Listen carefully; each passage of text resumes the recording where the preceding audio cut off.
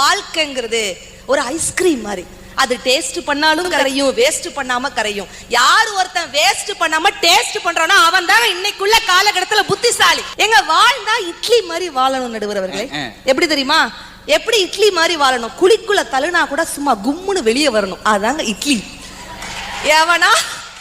எவனாவது ஒருத்தன் குழிக்குள்ள தள்ளி விட்டா கூட சும்மா கும்முன்னு அப்படி வெளியே வரணும். உண்மையிலேங்க நீங்கெல்லாம் நல்லா சிரிக்கிறீங்க.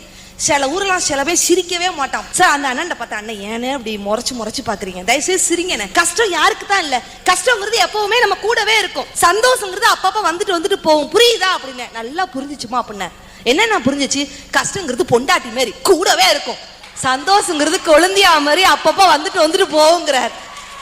உங்களுக்குலாம் என்ன சொல்லி புரிய வைக்கிறது? ஆனா ஒண்ணு சொல்றேங்க, கஷ்டப்படுறவன் சிரிக்க மாட்டான், சிரிக்கிறவன் கஷ்டப்பட மாட்டான். கஷ்டத்திலையும் யாரு சிரிக்கிறானோ அவன் தாங்க யாரையுமே ஏமாத்த மாட்டான்.